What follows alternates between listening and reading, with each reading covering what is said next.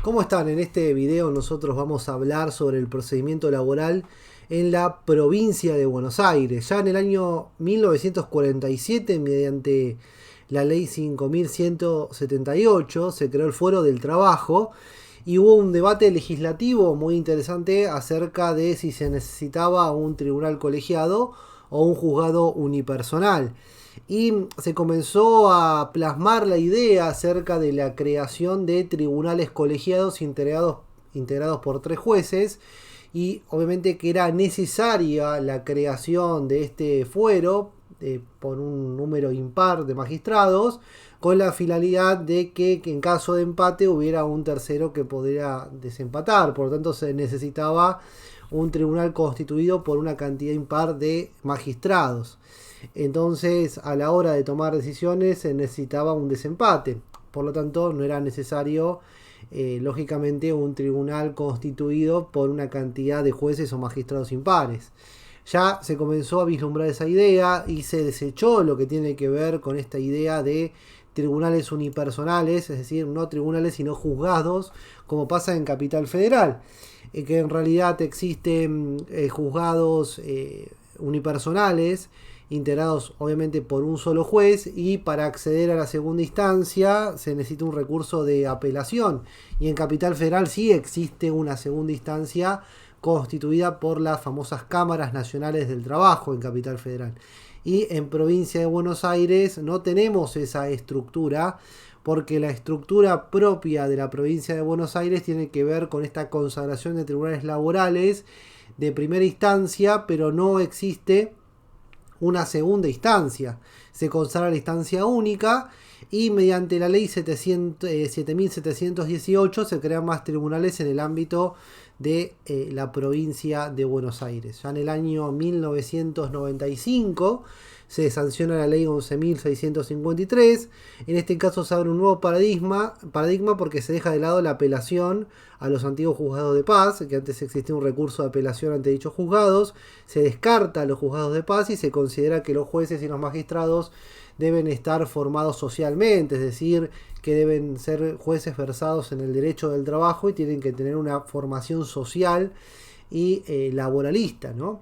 Y esto, que tiene que ver con la apelación a un juzgado de paz, se relaciona con una afectación del juez natural, porque ante un conflicto, por ejemplo, entre un trabajador y un empleador, obviamente que se necesita un juez natural, un juez que esté dedicado a esa rama del derecho, a la rama del derecho del trabajo.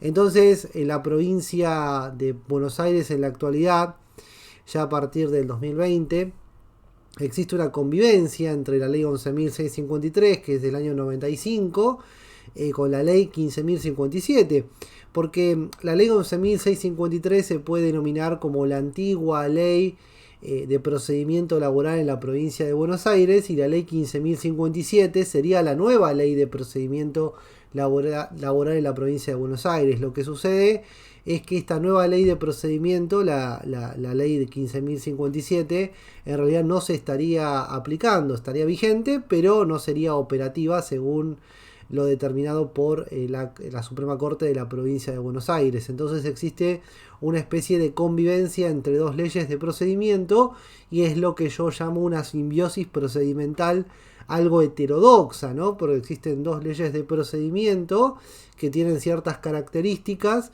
y una que se encuentra absolutamente adaptada y jornada a lo que nos encontramos viviendo en la actualidad, que es la ley 15.057, que tiene avances muy interesantes, pero que no resulta aplicable por una cuestión determinada ya por una resolución de la Suprema Corte de la provincia de Buenos Aires.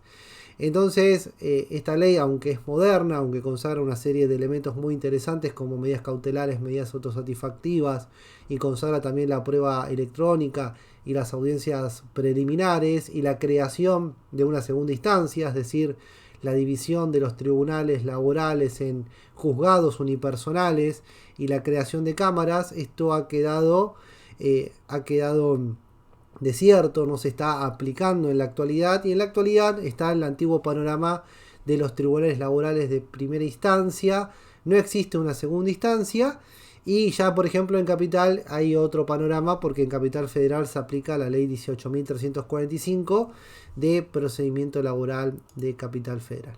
Entonces, una simbiosis existente entre la ley 11.653 y la ley 15.057, que es una asociación íntima de organismos de especies diferentes para beneficiarse mutuamente en su desarrollo vital. Esto es lo que sería claramente una simbiosis. Lo que estaría pasando en la provincia de Buenos Aires es que solamente se aplican dos artículos de la ley 15.057, que sería el artículo 2, inciso J, de la ley 15.057 y el artículo 103. Y el artículo 2, inciso J, es una acción amplia laboral de revisión contra lo decidido en la Comisión Médica Jurisdiccional. Es decir, lo que permite la judicialización de los conflictos administrativos, entre comillas, laborales administrativos, que se producen ante las comisiones médicas jurisdiccionales. Si el trabajador, por ejemplo, no está de acuerdo respecto a lo decidido en la comisión médica jurisdiccional, puede acceder a los tribunales laborales ordinarios de la provincia de Buenos Aires mediante el famoso 2J, que es la acción laboral amplia de revisión contra lo decidido en la comisión médica jurisdiccional. Entonces, la ley 11.653 gratamente se ha reformado por la ley 15.057, sin embargo no se aplica. Y la Suprema Corte de la provincia de Buenos Aires, ya en el año 2019, a fines del año 2019, determinó la suspensión de la operatividad de la ley 15.057 mediante la resolución 3199/2019. Entonces esta resolución consagra lo siguiente: establece que hasta tanto no se produzca la reestructuración del foro laboral mediante la creación de juzgados y cámaras, no será aplicable esta reforma.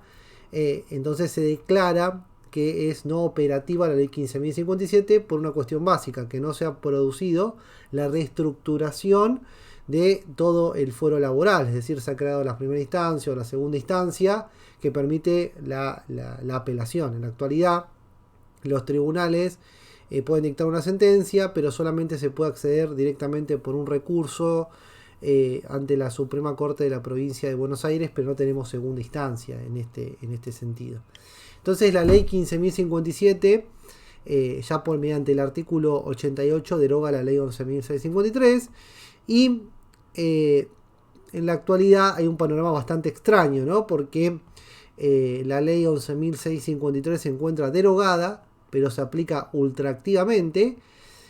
Se encuentra derogada, pero igualmente se aplica. Y la ley 15.057 se encuentra vigente desde el 1 de febrero del año 2020, pero no se aplica, ya que la Suprema Corte de la provincia de Buenos Aires dijo mediante la resolución 3199 que no era una ley operativa, ¿no? Entonces existe cierto grado de confusión. Como vimos, el único artículo que se aplica en este caso es el artículo 2, inciso J de la ley 15.057 y el artículo 103 de ese mismo plexo normativo. Entre las características bondadosas o las características ventajosas propias de la ley 15.057, consagra la creación de juzgados de primera instancia y cámaras de segunda instancia, y considera a la Suprema Corte en este sentido que si no se crean los juzgados y las cámaras del trabajo, la ley 15.057 todavía no sería operativa, es decir, que no podría funcionar. Ante este panorama, ¿qué deberán hacer los operadores del derecho? Entonces la realidad es que se seguirá aplicando, según una interpretación de este sistema confuso, que se va a seguir aplicando la ley 11.653 y solo se va a aplicar el artículo 2, inciso J de la 15.057. Y seguimos manteniendo la estructura de tribunales de única instancia, y solamente se podrá acceder a la Suprema Corte mediante recursos extraordinarios, como por ejemplo el recurso de inaplicabilidad de ley y el absurdo, es decir, cuando existe algún tipo de absurdo con respecto a lo que sería la ley con respecto a la sentencia, ¿no? Entonces, en provincia de Buenos Aires tenemos tribunales de primera y única instancia. En Capital Federal tenemos juzgados y cámaras, hay primera y segunda instancia de acuerdo a la ley 18.345. Y entre las bondades propias de la ley 15.057 encontramos la audiencia preliminar, la consagración de las medidas cautelares y las medidas autosatisfactivas, porque recordemos que en la ley 11.653 no se encontraban ni siquiera consagradas las medidas cautelares, ni las medidas autosatisfactivas, obviamente. Pero la realidad es que se utilizaba supletoriamente en este caso el Código de Procedimiento Civil y Comercial de la provincia de Buenos Aires. Se establece esto del impulso de oficio, es decir, el impulso brindado por los jueces. Se aplican principios del derecho del trabajo, derecho procesal del trabajo. Habla de la consagración de las notificaciones por telegrama y carta documento sin autorización previa. En este caso, lo que sucedía durante la pandemia cuando no funcionaban las oficinas de notificaciones, en realidad, en ese caso, muchos abogados peticionaban que los traslados de demanda se hicieran por carta documento, pero por un breve periodo en el cual no estaban funcionando las oficinas de mandamientos y notificaciones de la provincia de Buenos Aires, de los diferentes departamentos judiciales. También consagra la posibilidad de una audiencia de causa videograbada, lo cual en la actualidad también esto es posible. Sin embargo, los servidores ni el propio sistema informático de la Suprema Corte de la provincia de Buenos Aires resiste el tema del caudal de información que se maneja en los videos, es decir, el peso de los videos no pueden ser subidos con facilidad al sistema. Existen otro tipo de metodologías para lograr esto y que el video quede en perfectas condiciones para volver a verlo, ¿no? También permite la ley 15.057, permite la reasignación de testigos suplentes sin justificación previa. Esto en realidad es diferente a lo que pasa con la ley 11.653, que en realidad mediante la ley 11.653 existe esta posibilidad de sustituir a los testigos siempre y cuando exista una justificación excepcional, como por ejemplo la muerte de alguno de los testigos o cuando los testigos se han ido del país, si mal no recuerdo, pero todo esto tiene que estar justificado previamente antes de sustituir cualquier testigo. Recordemos que pueden ser 5 testigos titulares en lo que sería el marco de la ley 11.653. También se posibilita la carta poder a favor del demandado. Se consagra la famosa prueba electrónica en el artículo 47 de la ley 15.057, lo cual esto también es procedente en la actualidad, a pesar de que no se aplique la ley 15.057, porque en esto imperaría lo que sería el principio de amplitud probatoria. Igualmente los operadores del derecho, los abogados litigantes de la parte actora o de la parte demandada podrán, en este caso, también ofrecer prueba electrónica, es decir, documentos electrónicos en virtud del principio de amplitud probatoria. También se puede designar a peritos por acuerdo de partes, se pueden realizar estudios complementarios privados o por obra social, lo cual en la actualidad también es procedente esto. Se pide la autorización previa ante los tribunales laborales para que les permitan básicamente que se realicen estos estudios de forma privada. También se consagra el recurso de apelación, obviamente, el recurso de queja por apelación denegada, porque esto es propio de un sistema de segunda instancia, y se pasa a un sistema de valoración de la prueba de la libre convicción a la sana crítica, es decir, que anteriormente existía en la provincia de Buenos Aires, bueno, en la actualidad también existe el sistema de valoración de la prueba que se llama libre convicción, es decir, que el juez no está obligado a expresar cuál fue el íter mental o intelectual utilizado para llegar a determinada conclusión a la hora de valorar los elementos o medios probatorios, y en la actualidad se utiliza este sistema y no el sistema de la sana crítica, que es un sistema que necesita de la aplicación de la lógica y de la experiencia para llegar a determinadas conclusiones lógicas y de la expresión de los fundamentos para valorar cada elemento probatorio. Entonces, estos sistemas de valoración, algunos doctrinarios, algunos pensadores del derecho consideran que esto no es algo demasiado determinante a la hora de la valoración de la prueba, ¿no? Pero bueno, el sistema de la sana crítica, recuerden que es el que está imperando en Capital Federal en virtud de la ley 18.345, me equivoqué, en virtud de la ley 18.345 y en virtud de lo que sería el Código de Procedimiento de Civil y Comercial de la Capital Federal, ¿no? Algunas bondades: tenemos la famosa acción ordinaria amplia de revisión del artículo 2, inciso J de la ley 15.057. Recuerden que tenemos esta posibilidad para acceder a la justicia laboral ordinaria cuando no se esté de acuerdo con lo decidido en la Comisión Médica Jurisdiccional. y la interposición de esta acción ordinaria en el plazo de caducidad de 90 días hábiles judiciales, una vez que esté clausurada la instancia administrativa previa y obligatoria ante las comisiones médicas. La realidad es que esos 90 días funcionan como un plazo de caducidad del proceso, y si transcurren esos días no se va a poder acceder a la justicia técnicamente. Pero esto es una de las hipótesis probables. Existe una gran probabilidad de que después la demandada, si no se cumple con este plazo, plantee, por ejemplo, una excepción de caducidad. Pero la realidad es que muchos tribunales han decretado la inconstitucionalidad de este plazo porque consideran que es muy escueto en relación, por ejemplo, si se lo compara con el plazo bienal de prescripción, es decir, la prescripción de 2 años de los créditos laborales, o establece que en realidad la única norma que puede establecer plazos de caducidad tiene que ver con la ley de contrato de trabajo y no otra norma procedimental como en este caso la ley 15.057. Ahora bien, los primeros pasos para interponer una demanda. El primer paso es la entrevista con el cliente. Obviamente que hay que hacer las preguntas pertinentes que tienen que ver con los datos básicos del cliente: nombre y apellido, DNI, CUIL, dónde trabajaba, cómo era la jornada de trabajo, qué remuneración en este caso percibía, no la remuneración de vengada, porque la remuneración de vengada está en el convenio colectivo aplicable, específicamente en la escala salarial. ¿Qué convenio colectivo? El encuadre convencional lo va a tener que realizar directamente el profesional del derecho.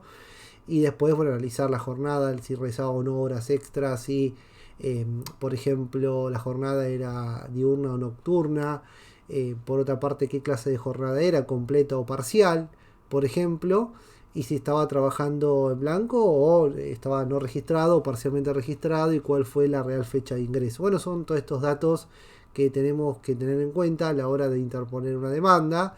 Y el primer paso antes de cualquier demanda laboral obviamente es el intercambio telegráfico, que forma parte de la demanda ya el intercambio telegráfico.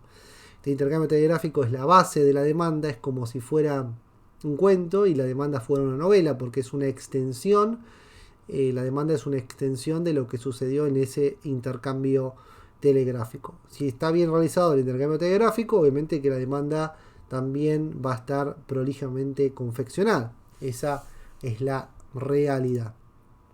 Entonces la función del abogado, como siempre digo, es abogar por los derechos de los clientes, y el cliente es el dueño de los derechos que se encuentran en juego, y el abogado tiene en sus manos el futuro de ciertos bienes jurídicos como la libertad y el patrimonio de sus clientes, y ocupa un rol fundamental en la sociedad en la búsqueda constante de la paz social, básicamente. Esto es fundamental. ¿Qué tipo de discurso utiliza el letrado? En este caso hay discursos descriptivos y discursos argumentativos. Estos discursos descriptivos tienen que ver con la descripción de los hechos, por ejemplo. Los discursos argumentativos tienen que ver con las razones para fundamentar determinada postura, y estas razones van a estar expresadas en la demanda, obviamente, que tienen que ver con estos argumentos jurídicos o los argumentos para defender determinada postura, de forma escrita en este caso, porque estamos ante un procedimiento eminentemente escriturario, salvo alguna parte que tiene que ver con la audiencia de vista de causa, donde en ese caso se canaliza o se concentra la oralidad. Entonces el abogado tiene que interpretar las normas jurídicas, tiene que traducir esas normas jurídicas para que el cliente entienda de lo que está hablando el abogado, básicamente. Y en la entrevista con el cliente, como vimos, hay una recolección de datos fundamentales como datos de la relación laboral, y encuadrar jurídicamente con posterioridad el caso concreto mediante la aplicación, en este caso, de un convenio colectivo aplicable, y cuál escala salarial se va a aplicar en ese momento. Entonces, en la entrevista con el cliente también hay que recolectar todos estos datos fundamentales, como vimos. Tenemos que analizar la doctrina legal de la Suprema Corte de la Provincia de Buenos Aires que se aplica a ese caso en concreto.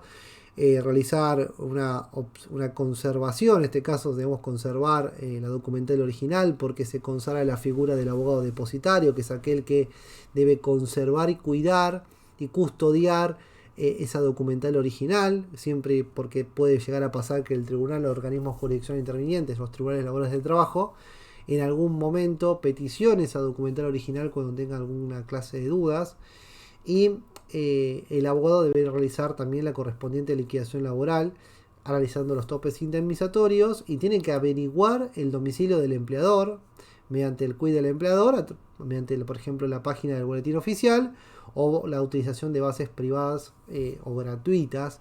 Puede averiguar dónde se encuentra el domicilio del empleador.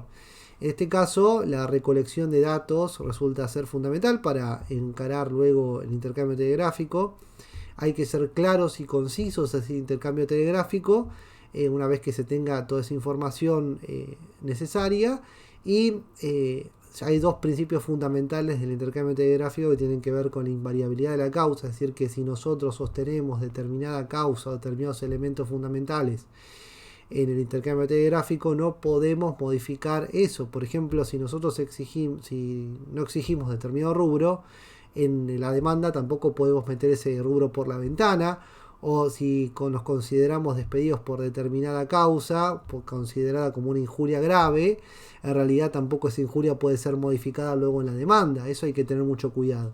Y también es necesario que seamos concisos y concretos en el intercambio telegráfico para posibilitar que la parte contraria, en ese caso, se defienda correctamente y exprese su postura, ¿no?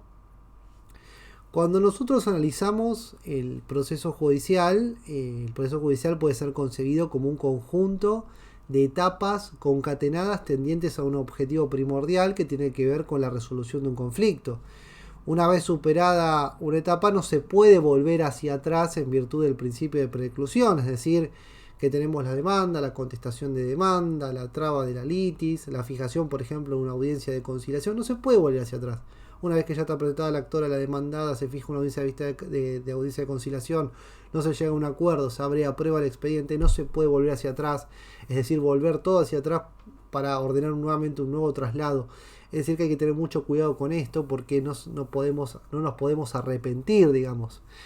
Sí, obviamente el trabajador podría llegar hipotéticamente a arrepentirse, por ejemplo, cuando no esté de acuerdo con algo que pasó en el proceso o no esté de acuerdo con su abogado, puede en este caso presentarse con un nuevo abogado o solicitar, por ejemplo, el desistimiento de la acción. El principio, con respecto al procedimiento laboral, el artículo 12, bueno, ya hablamos de principios que están consagrados en ese artículo 12 de la ley 11.653 y nos habla de principio de congruencia, principio de bilateralidad y principio de defensa. Con respecto al principio de congruencia, se debe decidir sobre lo peticionado por las partes y no se puede decidir cayendo en extrapetita, es decir, que las partes solicitan algo en concreto y el juez no puede ir más allá de lo solicitado por las partes. El principio de bilateralidad tiene que ver con esto de que tiene que existir un equilibrio entre las partes a la hora de estar en juicio, y el principio de defensa se le debe posibilitar a la parte contraria la posibilidad de defenderse de acuerdo a la ley 18.000, estoy diciendo cualquier cosa, 18.345, es decir, pero en virtud del artículo 18 de la Constitución Nacional se tiene que darle la posibilidad a la parte demandada de ejercer su derecho de defensa, ¿no? Entonces recordemos, principio de congruencia, principio de bilateralidad y principio de defensa del artículo 12 de la ley 11.653. Ya del artículo 12 también se desprende la búsqueda de la verdad, debe ser concebida como un principio fundamental que irradia todo el proceso en el foro laboral, y el interés de las partes y los magistrados radica en la búsqueda de la verdad con el objeto de ponerle fin al conflicto, es decir, que hay que buscarle un cierre a ese conflicto. Y el juez tiene amplias facultades de investigación, puede dictar medidas de mejor proveer con el objeto de esclarecer el caso y obtener la verdad material en ese caso, que en realidad es una verdad procesal o judicial objetiva, porque no se puede reconstruir lo que realmente sucedió, la verdad material. Y el juez debe contar, para dictar su pronunciamiento, debe contar con la colaboración de las partes involucradas en ese procedimiento. En varias ocasiones el juez no puede impulsar el procedimiento por sí solo, puede intimar a las partes, puede intimar por ejemplo a la parte actora que produzca una actividad procesal útil, o cuando estén presentadas ambas partes puede intimar a las partes a que produzcan una actividad bajo apercibimiento de caducidad, ¿no? Pero en muchas ocasiones el juez no puede hacer nada si no las partes, en este caso, no colaboran, porque las partes son aquellas que van a traer el material, por ejemplo, el material probatorio, lo van a incorporar al procedimiento y ese material probatorio forma parte de ese procedimiento laboral. Es decir, que en ese caso las partes de alguna manera son absolutamente necesarias porque son las que impulsan el procedimiento mediante la interposición de la demanda, mediante la contestación de la demanda y después obviamente que son auxiliadas por los peritos y el juez es un tercero imparcial neutral que debe decidir al final de ese procedimiento de acuerdo a los hechos alegados y de acuerdo a los hechos controvertidos probados y conducentes para la resolución de la litis. La estructura básica de las etapas propias de un procedimiento laboral en la provincia de Buenos Aires puede variar de acuerdo a cada jurisdicción o de acuerdo a cada departamento judicial en el cual nosotros nos encontremos litigando. ¿Sí?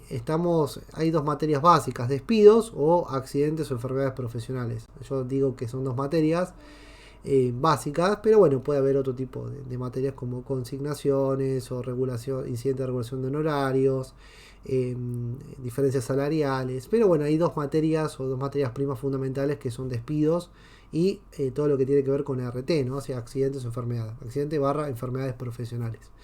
Materia de despidos, se encuentra la demanda, el traslado de demanda, la contestación de demanda, que de la contestación de demanda se le da traslado al accionante, a la parte actora. La parte actora tiene que contestar esa contestación de demanda en virtud del traslado del artículo 29.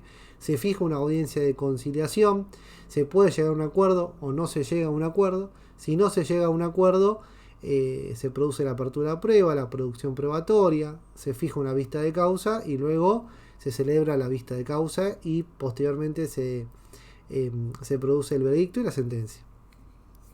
Si se llega a un acuerdo en esa audiencia de conciliación del artículo 25 de la ley 11.653, entonces se procede a homologar ese acuerdo y se procede al pago de la indemnización que le corresponde al trabajador. Y respecto a la materia accidentes / enfermedades profesionales, se da la demanda, el traslado de demanda si todo está bien, la contestación de demanda, el traslado de la contestación de la demanda a la parte actora, el traslado del artículo 29, que es decir que la contestación de demanda que realiza la parte actora, la apertura a prueba, producción de la prueba, fijación de fecha de vista de causa, celebración de la vista de causa y sentencia. Hay que aclarar algo, en realidad la vista de causa sirve para producir prueba oral, es decir, prueba testimonial y prueba de absolución de posiciones, es decir, la confesión tanto de la parte actora como de la parte demandada. La realidad es que si no hay prueba oral no es necesaria la vista de causa. Entonces, por ejemplo, en un accidente, si no hay prueba oral, si no hay testigos, si no hay absolución de posiciones, generalmente se pasa a alegar y a dictar sentencia, sin necesidad de producir ningún tipo de prueba, en este caso prueba oral de vista de causa. Pero bueno, esto son cuestiones que se van dando con la práctica. Entonces recuerden, si no hay prueba oral, no es necesaria la vista de causa y se puede solicitar el pase a alegar por escrito y luego el veredicto y el dictado del veredicto y de la sentencia judicial. Bueno, la provincia de Buenos Aires para la presentación de la demanda, en realidad se tiene que realizar el sistema de notificaciones y presentaciones electrónicas, que es el sistema que se utiliza actualmente para el envío de demanda y documental en formato PDF, todo electrónico en la actualidad. Una vez recibida la demanda laboral, el juez deberá determinar si es competente o no. Y la competencia está determinada por el artículo 3 de la ley 11.653, el mismo artículo 3 de la ley 15.057, nos habla de lo mismo, que tiene que ver con el lugar de prestación de tareas, el lugar de celebración del contrato de trabajo, el lugar de el domicilio de la demandada. ¿Sí? Esto en el caso de que la demanda sea interpuesta por el trabajador. Ahora, si la demanda es interpuesta por el empleador, la competencia va a estar determinada, en ese caso, por el domicilio del trabajador. En el caso de las consignaciones. Todo esto lo encontramos en el artículo 3 de la ley 11.653. La demanda laboral, un concepto de demanda laboral es un escrito fundamental, ¿no? Básicamente es el escrito que permite el funcionamiento de los engranajes de la justicia. Y los elementos fundamentales de la demanda laboral lo encontramos en el artículo 330 del Código Procesal Civil y Comercial de la Provincia de Buenos Aires, el artículo 26 de la ley 11.653 y el artículo 31 de la 15.057. Los datos necesarios, en virtud del artículo 26 de la ley 11.653, los datos necesarios de la demanda tienen que ver con el nombre y apellido del actor, el DNI, quil o quid del actor, el domicilio real, el oficio del actor, el domicilio constituido físico y electrónico, tomo y folio y colegio de abogados del letrado que represente al trabajador, la personería, es decir, si se trata de patrocinante por derecho propio o apoderado con carta poder, y se debe especificar correctamente cuál es el demandado. Básicamente a quién se está demandando, una persona física, personas jurídicas o ambas, si persona humana física o una persona jurídica, básicamente. Los elementos fundamentales de esta demanda tienen que ver con la claridad, de expresar con claridad y concretamente los hechos, y hay que tomar como base al intercambio telegráfico, denunciar el convenio colectivo aplicable a la actividad, realizar la liquidación, que ya previamente ustedes tendrían que haberla realizado, esta liquidación. Una vez que ya se inicia el intercambio telegráfico, ya se tiene una idea esquemática de cuáles van a ser los rubros que se van a exigir, el monto que nos da como resultado esa liquidación, el ofrecimiento de prueba, qué elementos probatorios vamos a utilizar para fundamentar nuestra postura, para acreditar los hechos alegados en la correspondiente demanda. Y estos medios de prueba pueden ser prueba oral, testimonial, absolución de posiciones, prueba pericial, puede también ofrecerse prueba de informes, es decir, prueba informativa y libramiento de oficios. La fundamentación jurídica, es decir, el derecho en el cual nosotros nos vamos a basar para fundamentar nuestra postura, la jurisprudencia que se va a aplicar al caso, la reserva del caso federal, que algunos consideran que no es necesaria esta reserva para luego acceder a la Corte Suprema de Justicia de la Nación, y luego la petición, ¿no? La petición que nosotros vamos a expresar, por ejemplo, que se corra traslado de la demanda y que se haga lugar a todos los rubros de esa demanda. El tribunal, en virtud del artículo 27 de la ley 11.653, se encuentra facultado para observar defectos u omisiones que se pueden llegar a encontrar en la demanda.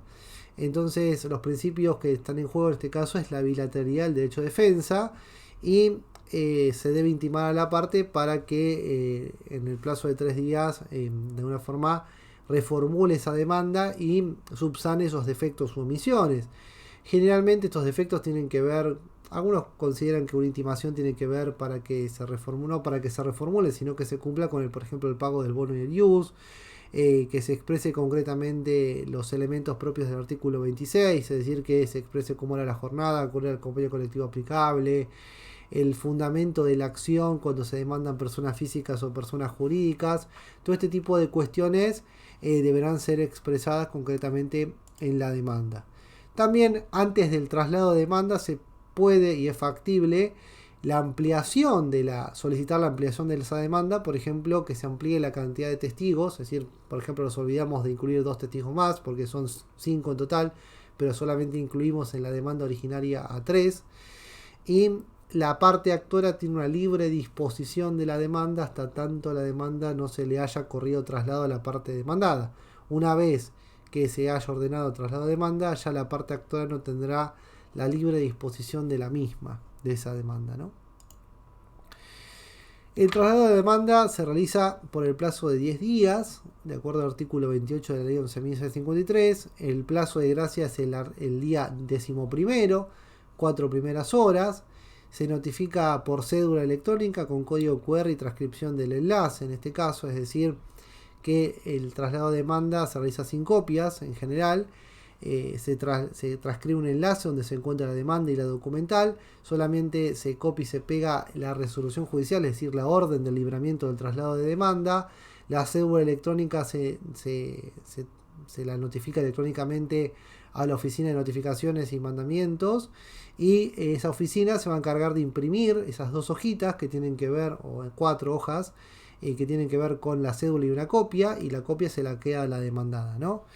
Y de acuerdo al acuerdo 3989/2020, se puede llegar a notificar cédulas electrónicas de traslado, sin necesidad de impresión ni nada por el estilo, al domicilio electrónico especial que se encuentra en el registro de domicilios electrónicos de la Suprema Corte de la Provincia de Buenos Aires. Todo esto en virtud del acuerdo 3889/2020, ¿no? Este se da en el caso de sujetos o demandados altamente demandables, como por ejemplo aseguradoras de riesgos del trabajo.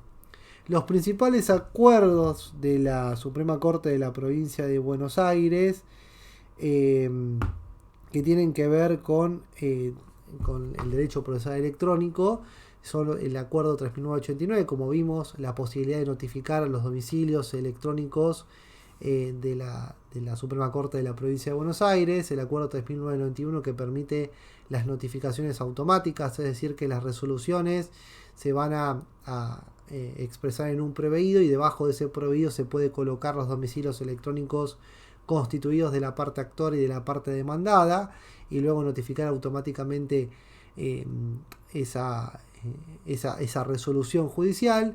Después tenemos el acuerdo 3997 de las notificaciones electrónicas con código QR y el acuerdo 4039/2021, que ya nos habla del expediente eminentemente electrónico, de que todo el expediente está constituido por escritos electrónicos, la obligatoriedad de la constitución de domicilios electrónicos y algunas cuestiones más que hacen a lo que tiene que ver con las presentaciones electrónicas en los distintos fueros propios de la justicia bonaerense, no solamente el fuero laboral, ¿no? Si se fracasa con la notificación o existe un fracaso de la notificación de traslado de demanda, es decir, que vuelve la cédula rebotada y no se logró notificar por diversos motivos, por ejemplo, cuando no se encontró la chapa, o por ejemplo cuando no se encontró el domicilio indicado, se puede enviar un oficio electrónico a la Cámara Nacional Electoral o al RENAPER, en este caso para personas físicas obviamente, pero se lo puede solicitar y directamente el tribunal lo va a realizar de oficio esta solicitud. O se puede solicitar el envío de un oficio a la Inspección General de Justicia o la Dirección Provincial de Personas Jurídicas si se trata de personas jurídicas. Y en ese caso se podría llegar a peticionar ese oficio electrónico tanto a la Inspección General de Justicia o directamente a la Dirección Provincial de Personas Jurídicas en el caso de la provincia de Buenos Aires. Entonces, una vez que se realiza la notificación de la demanda, pueden pasar dos cosas. Puede producirse la contestación de demanda en ese plazo de 10 días o la recepción de la cédula de traslado de demanda sin contestación de demanda, y en ese supuesto caso se podría llegar a pedir la rebeldía del demandado, y la rebeldía también tiene que ser enviada al domicilio denunciado de ese demandado. La contestación de demanda, de acuerdo al artículo 29 de la ley 11.653, tiene una estructura similar a una demanda en virtud del artículo 26 de la ley 11.653. Tiene que existir una negativa pormenorizada de cada elemento propio de la demanda, una negación de la documental ofrecida por la parte actora. Si en realidad no se niega la documental, el juez va a entender que se ha reconocido tácitamente esos documentos, una versión de los hechos, ofrecimiento de prueba, y si considera necesario puede oponer excepciones como prescripción, caducidad, incompetencia, falta de acción, defecto de forma. Es decir, que existen diferentes excepciones y no todas son de previo especial pronunciamiento, como por ejemplo la incompetencia, que debe ser resuelta una vez contestada la demanda antes de la apertura a prueba. Las excepciones previas de especial pronunciamiento del artículo 31 de la ley 11.653. Excepciones previas tenemos, por ejemplo, incompetencia, falta de capacidad, falta de personería, litispendencia, cosa juzgada o prescripción si no se requiere producción probatoria. Artículo 31 de la ley 11.653. Luego se le tiene que dar traslado a la parte demandada a la parte actora de la contestación de demanda, y la parte actora deberá impugnar lo expresado en la contestación de demanda directamente. Puede oponerse, por ejemplo, a los hechos expresados por la contestación de demanda, ratificar todos los puntos o los elementos propios de la demanda, y también podrá expresarse respecto a las excepciones entabladas por la demandada. Una vez que se encuentra trabada la litis, es decir, se presenta la demanda, la actora, la demandada, se le da traslado a la actora del traslado del artículo 29, bueno, se traba la litis y se fija una audiencia de conciliación en el caso, por ejemplo, de los despidos. Si no se logra llegar a una conciliación, se tiene que proceder a pasar los autos para la realización de la apertura a prueba. Y si se llega a una conciliación, entonces se llega a ese acuerdo, ese famoso acuerdo, y se tiene que homologar judicialmente ese acuerdo y proceder al pago de los montos indemnizatorios, del monto, obviamente en dinero, de la indemnización que le corresponde al trabajador. Entonces espero que esta pequeña disertación, esta pequeña charla les haya gustado y próximamente subiré más videos a mi canal de YouTube. Les mando un fuerte abrazo.